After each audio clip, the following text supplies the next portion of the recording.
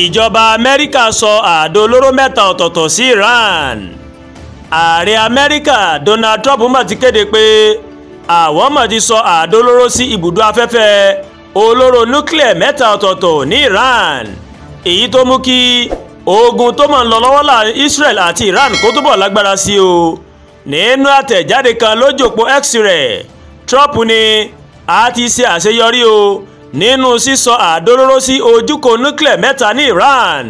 Lára wọn ni Fordo, Natanz àti Esfahan. Gbogbo àwọn ọkọ̀ òfurufú tó mọ̀ ṣiṣẹ́ náà wọ́n ti kúrò lójú òfurufú ní Iran báyìí.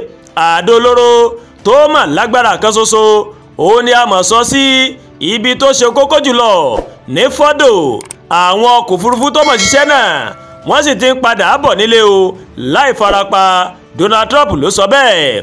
Mo kí àwọn jagunjagun Amẹ́ríkà, mo mọ̀ kí wọ́n kú oríire fún àṣeyọrí yìí, nítorí kò sí iléeṣẹ́ ọmọ ogun míì tó lè ṣe irúfẹ́ iṣẹ́ bẹ́ẹ̀ ní àgbáyé o. Àsìkò ti wá tó wà yìí láti jíròrò àlàáfíà. Lásìkò tó ń bá àwọn ọmọ orílẹ̀-èdè náà sọ̀rọ̀, Trump mà sọ wípé yàtọ̀ sí àwọn ibi tí wọ́n mà sọ àdó olóró sí yìí, àwọn abòmíràn sì wà tí wọn yóò sì kọlù tíjọba Iran kò bá ju ọwọ́ sílẹ̀ o. Ó wá tẹ̀sán wájú, ó ní tí wọ́n bá kọ̀ láti gba àlàáfíà láàyè, a ó lọ sí àwọn agbègbè tó kù láti sọ àdó olóró síbẹ̀ láì ṣe àṣìṣe kankan. Àwọn aláṣẹ ní Israel wọ́n mà ti sọ wípé gbogbo ìgbésẹ̀ Amẹ́ríkà láti sọṣẹ́ ní Iran yìí kò mọ̀ sẹ́yìn àwọn o. Ẹ̀wẹ̀, ṣáájú ni àwọn aláṣẹ orílẹ̀-èdè Iran wọ́n mà ti kìlọ̀ pé àwọn yóò má gbẹ̀san tí Amẹ́ríkà tó bá lè kọlù wọ́n. Àwọn ibùdó tí wọ́n ti ń po ohun èlò afẹ́fẹ́ olóró nuclear pọ̀ ní Fordo, Natanz àti Esfahan ní Amẹ́ríkà kọlù. Agbègbè kan tí àpáta pọ̀ sí ní gúúsù Tehran òun ní Fordo wà. Ìgbàgbọ́ sì wà pé abẹ́ ihò nínú àpáta kan òun ni wọ́n mọ̀ kọ́ sí o. Ìròyìn ní ihò tí Fordo wà yìí ó mà lọ títí dé ilẹ̀ Gẹ̀ẹ́sì àti orílẹ̀-èdè France.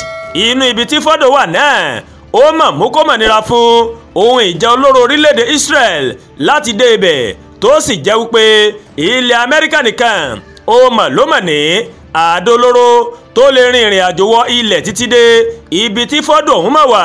Orúkọ àdó olóró tí Amẹ́ríkà lò ó ní wọ́n ń pè ní GBU-57 Massive Ordnance Penetrator MOP ó ní àdàpé rẹ̀. Ìwọ̀n rẹ̀ jẹ́ 13,000 kílò, ó sì lè rìnrìn àjò wọ ilẹ̀ títí dé mítà 160 tàbí mítà 16 ògiri tí wọ́n fi símẹ́ǹtì ṣe o kó tó bú gbàmù.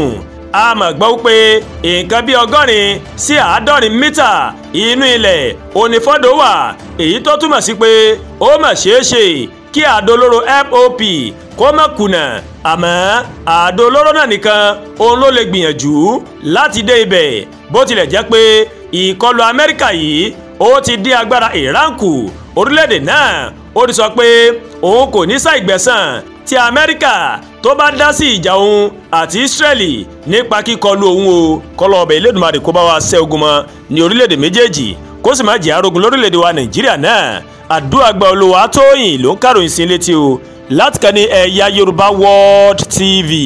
Bẹ́ẹ̀ ṣe ń wò wá, ẹ má bá wa like, ẹ má share, ẹ má comment, ẹ má tún gbàgbé o láti bá wa subscribe sórí YouTube channel wa, kẹ́ wọ́n bá wa tẹ notification bell láti lè máa mọ àwọn ètò alákòjọkan tó bá ti gorí ìkànnì yìí. Ẹ ṣé pọ̀ tẹ́ wò wá o. A kú ọjọ́ òní ti sọjú ajé, èmi àti ń rèé àárí ajé náà lágbára Ọlọ́run ọba Elédùmarè.